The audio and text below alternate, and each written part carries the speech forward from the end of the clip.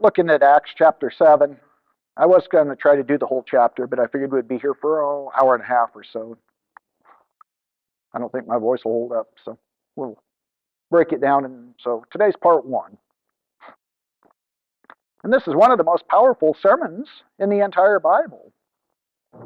And it not only speaks to the Jews of Stephen's day, but to each one of us as well. So we should listen well to these words and ask the Spirit of God to illuminate our hearts and minds so that we can learn why they've preserved, or why these words were preserved for us. We can go ahead and pass out communion there.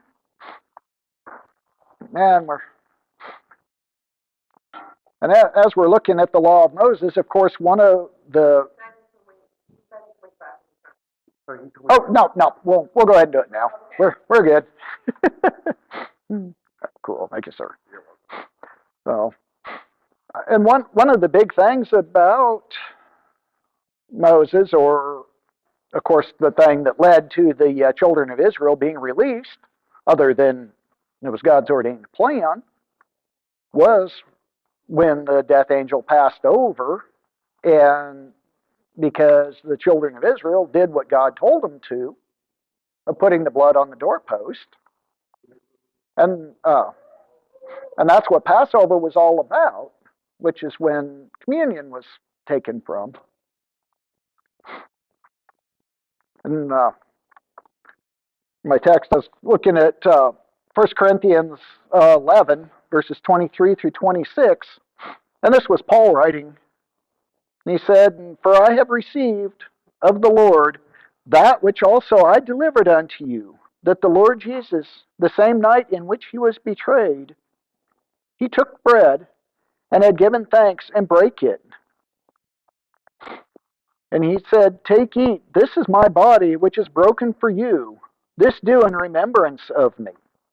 And so that's what we're here today. We're doing communion in remembrance of his broken body. So go ahead and take.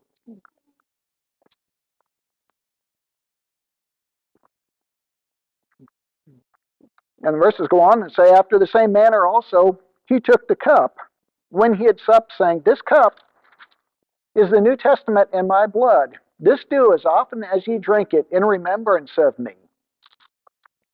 Go ahead and partake.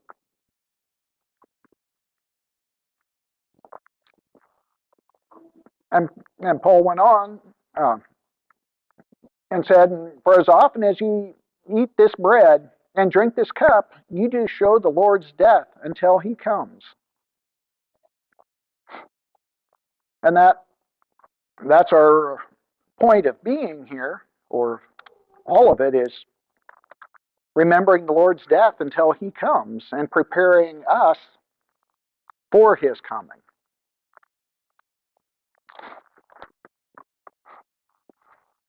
Lord, I thank you that you've given us this beautiful day to come together to worship and to learn of you. And I pray that you'll put the words in people's ears that you want them to hear today, Lord,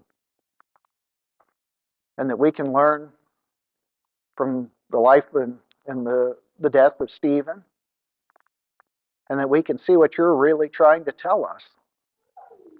And I just thank you in Jesus' name. Amen. Now, in the beginning, it was, as I said, we're in Acts chapter 7. And in the beginning of it, it was charged that Stephen had spoken blasphemous words against Moses and against God. And that was back in chapter 6. Now, this developed into the more specific accusation that he never ceased to speak against this holy place and against the law. And then they went on further to accuse. So it's further expanded on as teaching that Jesus of Nazareth will destroy this place and will change the customs that Moses delivered to us. Now, in other words, they're accusing Stephen, or Stephen's accused of teaching what Jesus taught. And what Jesus taught, so far as Stephen's accusers claimed, was that he would destroy the temple in Jerusalem and the customs which the Jews attributed to Moses, even though they were man-made traditions that violated the law of Moses. So as we noted a couple of weeks ago, there was an element of truth in these accusations.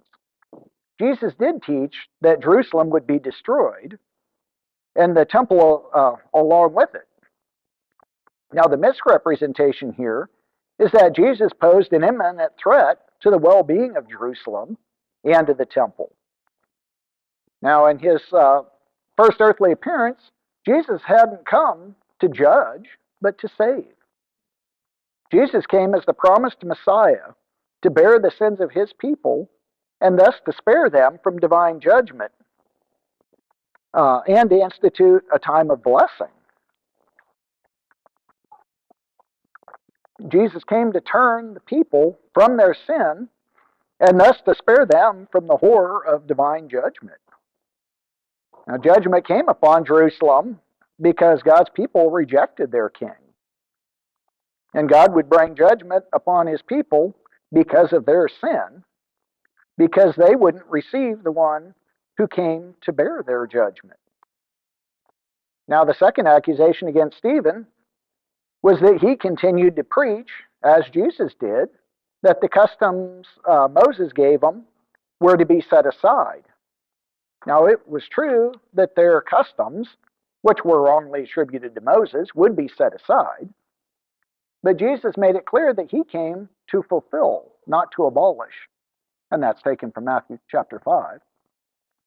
But the old covenant was to be set aside and replaced by the new covenant. But this was what God had already revealed through the Old Testament prophets. Both Jeremiah and Ezekiel had spoken about it. Nevertheless, Stephen's opponents succeeded in convincing many of the Jewish people and their leaders that Stephen was a traitor who needed to die. And the Sanhedrin is summoned for the third trial thus far in Acts. And when it convened, the high priest asked Stephen, chapter 7, verse 1 says, "And then said the high priest, 'Are these things so?'" So, as we can quickly tell, Stephen's sermon is hardly a defense, as we'd know it. Stephen's not seeking to prove his innocence, but rather he is strongly indicting his accusers for their guilt. Now, in a sense, Stephen was being the prosecutor. It's not, he wasn't acting as attorney for his own defense, and Stephen dies because he proves his case. Now, verses 2 through 8 of Acts chapter 7 go on and say, "And he said, 'Men and brothers and fathers, hearken, and the God of glory appeared unto our father Abraham when he was in Mesopotamia, before he dwelt in Haran, and said unto him, Get thee out of thy country and from thy kindred, and come into the land which I shall show thee. Then came he out of the land of the Chaldeans, and dwelt in Haran. And from thence, when his father was dead, he removed him into the land wherein ye now dwell." Thank you. Can I have it? Thank you. Oh, she's fine. Don't worry about it. She'll unload things for us back there. Let's see. I think I was around verse 5 there, or I'll pick up again at verse 5. And he gave his he gave him none inheritance in it. No, actually, I was in verse 4. Then came he out of the land of the Chaldeans, and dwelt in Haran, and from thence, when his father was dead, he removed him into the land wherein ye now dwell. And he gave him none inheritance in it, no, not so much as to set his foot on. Yet he promised that he would give it to him for a possession, and to his seed after him. when as yet he had no children. And God spake on this wise, that his seed should sojourn in the strange land, and that they should bring them into bondage, and entreat them evil for 400 years. And the nation to whom they shall be in bondage will I judge, said God. And after that shall they come forth and serve me in this place. And he gave him the covenant of circumcision. And so Abraham begot Isaac, and circumcised him the 8th day. And Isaac begat Jacob, and Jacob begat the 12 patriarchs. Now, initially, I looked at Stephen's sermon as merely chronological in its structure. Thus, it was no surprise that he began with the call of Abraham. After all, God's promise for Israel began in the book of Genesis with the call of Abraham and the Abrahamic covenant.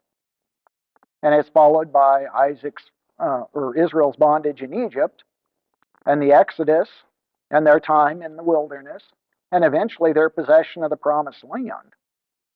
Now, as I look more carefully and seek to follow Stephen's argument, I see that there was much more to this first paragraph, which deals with Abraham, but more about this in a little bit here.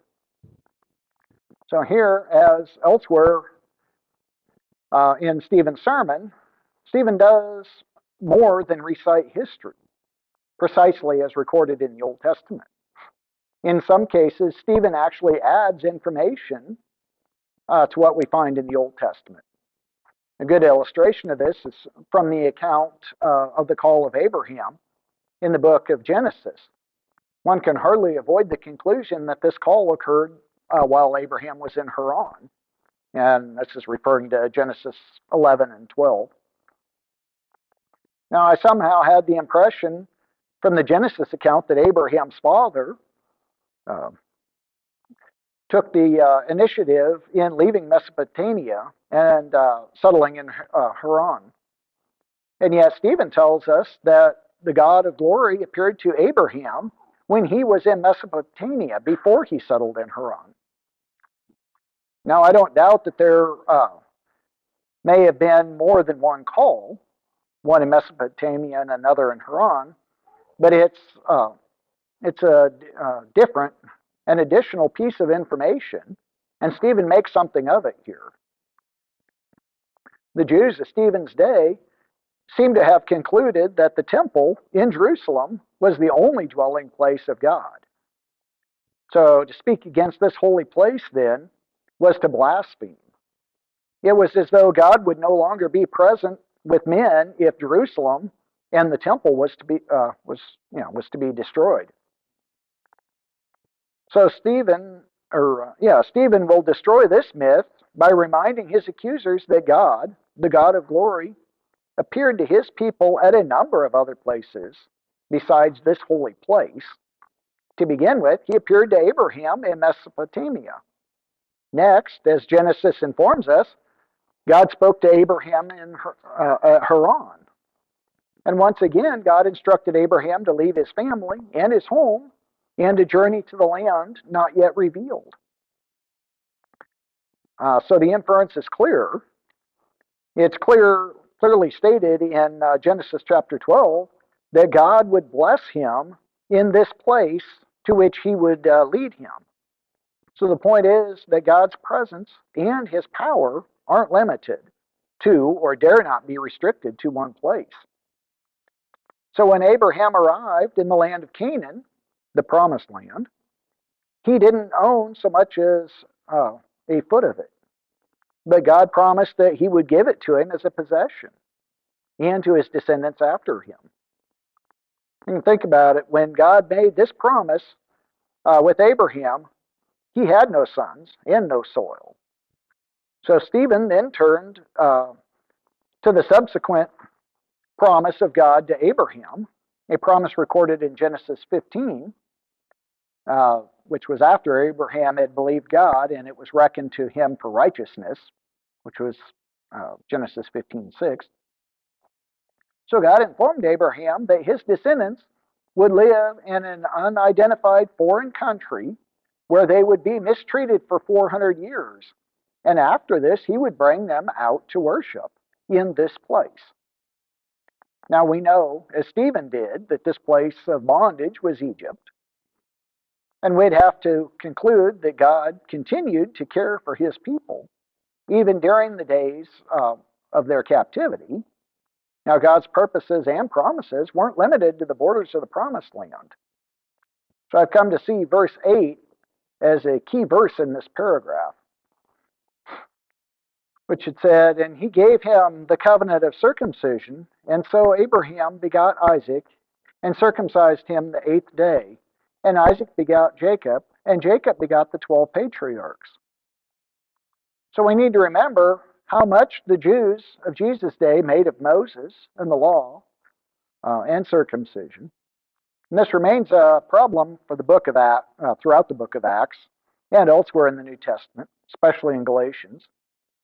The Mosaic covenant was uppermost in their minds, and thus we see their emphasis on law keeping and on preserving the customs of Moses. Now, Stephen's not nearly as interested in the Mosaic covenant as he is in the Abrahamic covenant. And this is because the covenant with Abraham is fulfilled in the new covenant, not in the covenant with Moses. Circumcision, which was so important to the Jews, was linked more to the Mosaic covenant than to Abraham. But Stephen is quite clear in our text, linking the covenant of circumcision to Abraham. And it's thus the Abrahamic covenant which is dominant in the remainder of Stephen's sermon. Now that is because this covenant promises God's blessing by faith and not by works. And it promises God's blessing to the Gentiles as well as to the Jews. Now, if Stephen were to have stopped there, we'd have the core of his argument. His opponents are upset because Stephen, like Jesus, emphasizes the Abrahamic covenant over the Mosaic. Now, this is because salvation comes through the Abraham covenant, not through the Mosaic covenant. It all began with Abraham. Now, Stephen's saying the covenant God made with Abraham. Now, circumcision is intertwined with that covenant. It's the primary covenant, and it's the basis for Israel's hope and that of the Gentiles as well. So obsession over the Mosaic covenant misses the point, forgetting how it all began with Abraham. And by the way, Stephen's argument in these verses differs very little from what we read in the book of Hebrews, in Hebrews 11, 8 through 16. Now, whether Abraham was in Mesopotamia, Haran, Canaan, Egypt, or Gerar, God was with him. Even when Abraham lived in the Promised Land, it was as a stranger and as a pilgrim. So only hundreds of years after Abraham's death did his descendants possess the land. Abraham's blessing never came in his lifetime, but it didn't matter because the city he looked for was a heavenly city, not an earthly one. Abraham was saved and blessed by faith, not by works, and on the basis of the Abrahamic covenant, and not on the basis of the Mosaic covenant. Stephen's opponents are jealously seeking to preserve a covenant that's been superseded. Now, as Stephen's argument unfolds, we can watch how this core argument is expanded. Acts 7, verses 9 through 15 say, "And the patriarchs, moved with envy, sold Joseph into Egypt, but God was with him, and delivered him out of all his affliction, and gave him favor and wisdom in the sight of Pharaoh, the king of Egypt. And he made him governor over Egypt and all his house. Now there came a dearth over all the land of Egypt and Canaan, and great affliction, and our fathers found no substance. But when Jacob heard that there was corn in Egypt, he sent out our fathers first, and at the second time Joseph was made known to his brothers. and Joseph's kindred was made known unto Pharaoh. So then sent Joseph and called his father Jacob to him, and all his kindred, 75 souls. So Jacob went down into Egypt and died, he and our fathers. So Israel's sojourn in Egypt comes as no surprise to us, since God had already informed Abraham of it. But now Stephen calls attention to how this came to pass. On the surface, it may appear to be the luck of the draw, but but in reality, it's the work of of the sovereign hand of God. We can note how Stephen expresses it. The patriarchs were jealous of Joseph and thus sold him into Egypt, but God was with him. So his point is that God was with Joseph in Egypt. He didn't have to be in Canaan to be blessed or cared for by God. He not only survived in Egypt, he thrived there, being elevated to the second highest position in the land. And then a famine occurred, which was an act of God, which providentially brought all of Joseph's family to Egypt. Now, where they were divinely preserved. And while they were persecuted later on, they nevertheless prospered and became a great nation. So when he died, Jacob's bones were buried in Canaan, in the plot of land Abraham had purchased, and they were yet to possess the land God had promised. Now, verses 17 through 43 of Acts 7 go on and say, "But when the time of the promise drew nigh, which God had sworn to Abraham, the people grew and multiplied in Egypt, till another king arose, which knew not Joseph. The same dealt subtly with our kindred, and evil entered and evilly entreated our fathers, so that they cast out their young children to the end they might not live. In which time Moses was born, and was exceeding fair, and nourished up in his father's house 3 months. And when he was cast out, Pharaoh's daughter took him up and nourished him for her own son.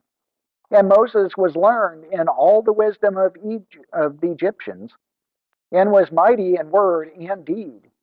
And when he was fully 40 years old, he came into his heart to visit his brethren, the children of Israel. And seeing one of them suffering wrong, he defended him and avenged him that was oppressed, and smote the Egyptian. For he supposed his brethren would have understood how that God by his hand would deliver them, but they understood not. And the next day he showed himself unto them as they strove, and would have set them at one, saying, Sirs, your brethren, why do you wrong one another? But he that did his neighbor wrong thrust him away, saying, Who made you ruler and judge over us? Wilt thou kill me as thou didst the Egyptian yesterday? Then fled Moses at this saying, and was a stranger in the land of Midian, where he begat 2 sons. And when 40 years were expired, there appeared to him in the wilderness of Mount Sinai an angel of the Lord in a flame of fire in a bush. And when Moses saw it, he wondered at the sight. And as he drew nearer to behold it, the voice of the Lord came unto him, saying, I am the God of thy fathers, the God of Abraham, the God of Isaac, and the God of Jacob. Then Moses trembled and durst not behold. Then said the Lord to him, Put off thy shoes from thy feet, for the place where thou stand is holy ground. And I have seen the affliction of my people, which is in Egypt, and I have heard their groanings, and am coming down to deliver them. And now come, I will send thee into Egypt. But Moses, whom they refused, saying, Who made thee a ruler and a judge? The same did God send to be a ruler and a deliverer by the hand of the angel which appeared to him in the bush. He brought them out. After that, he had showed wonders and signs in the land of Egypt, and in the Red Sea, and in the wilderness 40 years. So this is that Moses, which said unto the children of Israel, A prophet shall the Lord your God raise up unto you of your brethren, like unto me, him shall ye hear. This is he that was in the church in the wilderness with the angel, which spoke to him in Mount Sinai, and which our fathers, whom received the lively oracles I have to give unto us, to whom our fathers would not obey, but thrust him from them, and in their heart turned back again into Egypt, saying unto Aaron, Make us gods to go before us. For as for this Moses, which brought us out of the land of Egypt, we want not what is become of him. And they made a calf in in these days, and offered sacrifice unto the idol, and rejoiced in the works of their hands. Then God turned and gave them up to worship the host of heaven, as it is written in the book of the prophets, O ye house of Israel, have ye offered to me slain beasts and sacrifices by the space of 40 years in the wilderness? Yea, ye took up the tabernacle of Moloch, and the star of your god Ramphan, figures which ye made to worship them, and I will carry you away beyond Babylon. Now, we'll certainly not be able to deal extensively with this text, but we can remember that this is what the Sanhedrin heard, and they certainly got the point. In other words, the text speaks for itself and doesn't need a lot of explaining. We can note how this section begins with another reference to the Abrahamic covenant. When Stephen first mentioned, or which Stephen had first mentioned in verses 2 through 8, as the foundation of his sermon. And verse 17 says, But when the time of the promise drew nigh, which God swore to Abraham, the people grew and multiplied in Egypt. Now, the events described in this section are introduced as being a fulfillment of God's promise to Abraham. The exodus of Israel out of Egypt is viewed by Stephen in the light of the Abrahamic covenant more than in terms of Mosaic covenant.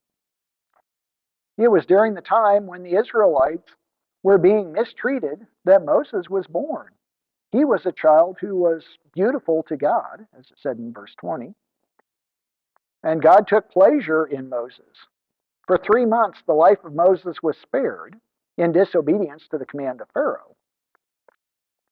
Now, at that age, it would seem that Moses' parents could no longer keep his existence a secret, and so they, as it said in verse 21, put him out to die. Now, I think Stephen wants his audience to know that Moses was rejected by his own people on more than one occasion. First, he's rejected by his family, just as Jesus was initially rejected by his siblings. Next, Moses was rejected by those whom he sought to save. Moses grew up in the household of Pharaoh, and he learned the ways and the wisdom of the Egyptians. He learned so well that Stephen tells us that he was powerful in his words and deeds. So when he slew the Egyptian to rescue an Israelite, this became known to others. And the next day, Moses sought to intercede between 2 Israelites, but the guilty Israelite rebuffed him by saying, Who made you ruler and judge over us? So knowing that his crime was now public knowledge, Moses fled to Midian. And where he lived as a foreigner. And he married and had 2 sons. And after 40 years, the Lord appeared to him in the burning bush in the desert of Mount Sinai.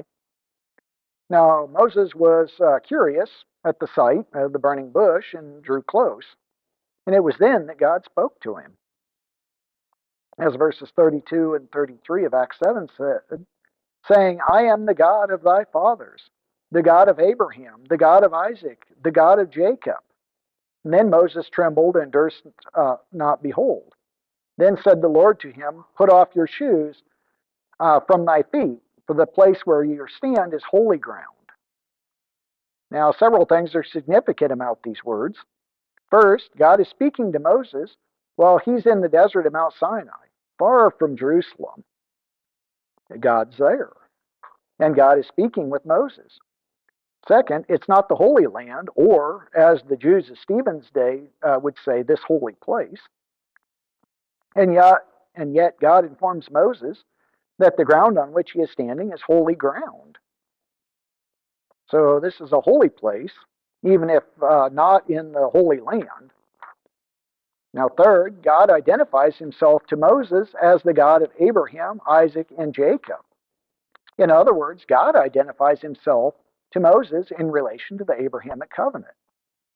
And this was before the Mosaic covenant had even come into being. So when Moses first sought to be a deliverer for his people, he was rudely rejected. As they said, who made you judge over us? Now it's God himself who declares Moses to be the deliverer. He became both the ruler and deliverer of this people through the hand of God, which became evident by the signs and wonders he performed in the land of Egypt and at the Red Sea and in the wilderness, as it had said in verses 35 and 36. So this Moses, who was initially rejected, but whom God raised up as a ruler and deliverer, spoke of one who would come after him. In verse 37, it said, this is that Moses, which said unto the children of Israel, a prophet shall the Lord your God raise up unto you of your brethren, like unto me, him shall ye hear. So these words should sound familiar to the reader of Acts, because Peter had recited them in chapter 3. Now, Stephen was accused of speaking against Moses and against God. And yet Stephen spoke of Jesus, of whom Moses also spoke. And how was Jesus a prophet like Moses? Well, in the context of Stephen's sermon, he was rejected by his people, and yet he was raised to the position of ruler and deliverer by God. When it came to Moses, the people were wrong about him, and God exalted him, overruling their rejection of him. And when it came to Jesus, the Israelites rejected him, but God raised him up as leader and savior, once again overruling the rejection of the people. Now the problem wasn't with the leader, either Moses or Jesus, but with the people. And that's what Stephen now calls to attention of his accusers. In verses 38 through 43, goes on and says, this is he that was in the church in the wilderness with the angel which spoke to him in Mount Sinai, and with their fathers, who received the lively oracles to give unto us, to whom our fathers would not obey, but thrust him from them, and in their hearts turned back again into Egypt, saying unto Aaron, make us gods to go before us. For as for this Moses, which brought us out of the land of Egypt, we want not what became of him. And they made a calf in those days, and offered sacrifice unto idols, and rejoiced in the works of their own hands. Then God turned and gave them up to worship the host of heaven, as it is written in the book of the prophets, O ye house of Israel, have ye offered to me slain beasts and sacrifices by the space of 40 years in the wilderness? Yea, he took up the tabernacle ye took up the tabernacle of Moloch and the star of your god Ramphan, figures which you made to worship them, and I will carry you away beyond Babylon. So we can think of who Moses was. God had spared his life as a child. God was with him in Egypt and when in the land of Midian. But God spoke to Moses at the burning bush, and he spoke to him on Mount Sinai.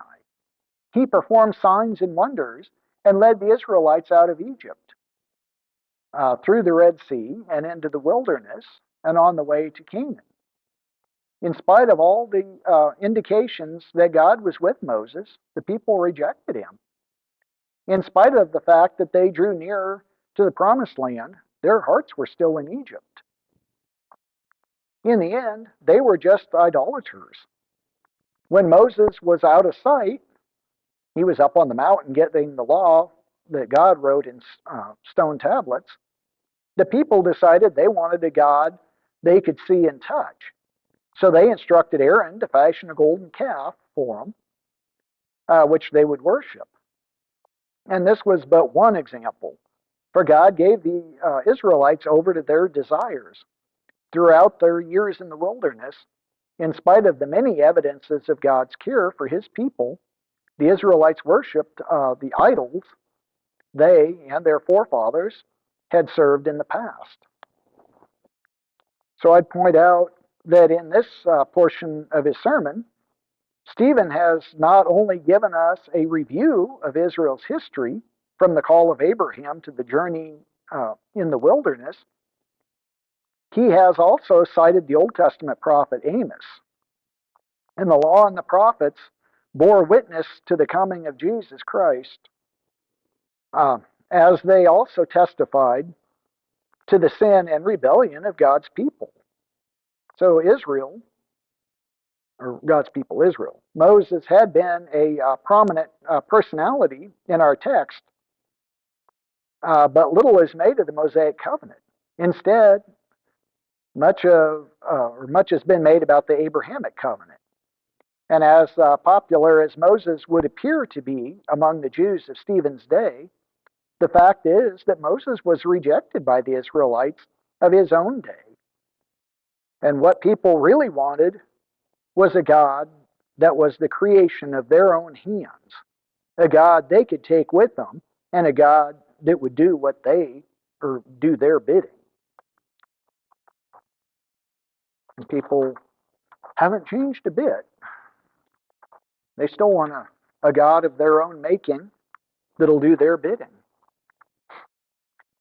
And next week we'll pick up and finish Stephen's sermon